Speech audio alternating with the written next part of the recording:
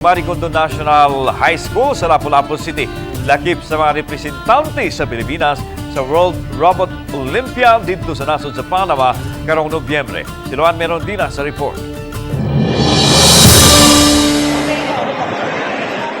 Nalangkat sa mga tinunan sa Ibo Elementary School ang second place sa Robo Mission category sa baguhay lang ipahigayon nga Philippine Robotics Olympiad 2023 dito sa Clark, Pampanga niadtong Agosto 10 ug 11.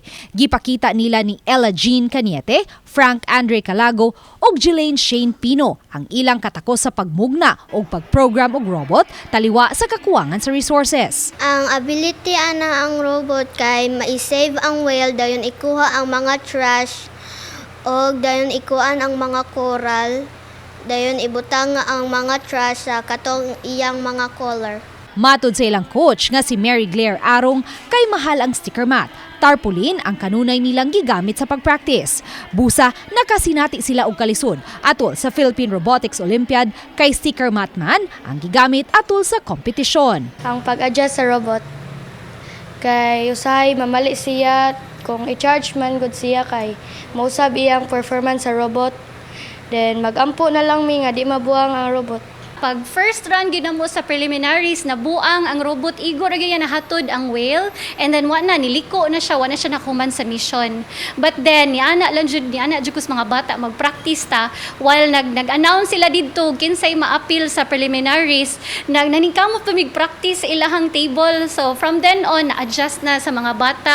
Ug kay nalakip sila sa mga pambato sa nasod alang sa World Robot Olympiad karong Nobyembre didto sa nasod sa Panama, gawa sa pagpractice, nanawagan usab sila og financial support alang sa ilang paglarga. In preparation for us to go to Panama, wala mi magamit nga sticker mat which is at the cost of 5,000 nga magpahimo lang gid ato. Specialized nga mo compete mi sa world.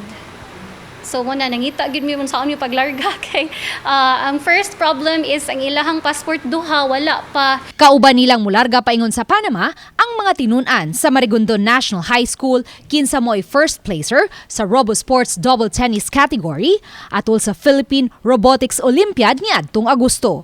Uban ni Marlon Malgazo, Luan Merondina, Balitang Bisdak.